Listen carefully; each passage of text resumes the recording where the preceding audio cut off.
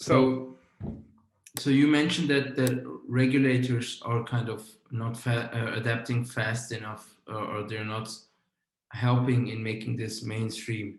Do you see any other challenges, any other areas that say you wish you could change that by tomorrow morning? Are there any other institutions or bodies, etc., that you see that would help if they also accepted it and pushed for it, so that we could finally have this?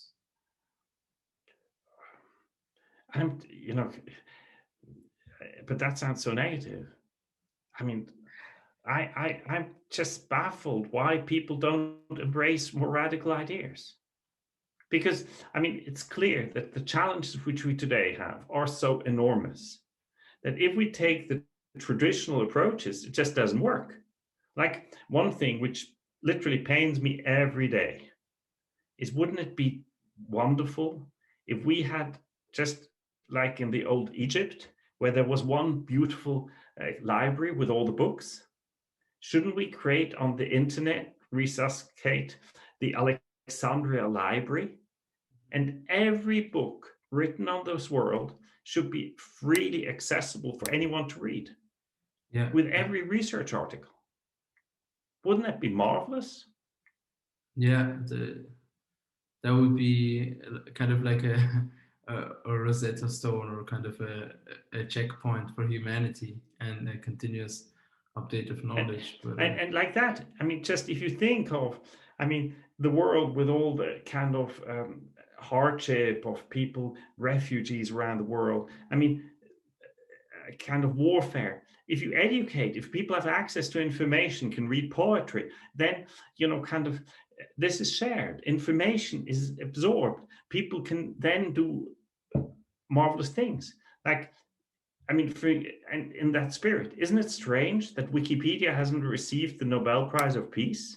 Exactly. Wikipedia has done more for peace than any other organization these days. But in the same spirit, if we had a kind of Alexandria library, think of what it could contribute to peace, but it would also would contribute to build fabulous technology. Because now, if I access a research article, I have to pay $37. And if I'm too stingy to pay $37, think of a guy who earns $100 in a developing country in a research lab. He will never buy this research article. Yeah. So that's just one example. But another thing, for example, coming back to the first project which I built, is it was building a real-time weather forecasting service for the economy. That was the plan. And if you had told me, I'm so old, in 85 or 86, that I'd grow as old to the year 2021, and that would not exist in the world, I would never believe it. But this is reality. We don't have a real-time forecasting model of the world collecting all digital data and providing us the equivalent of weather forecasts.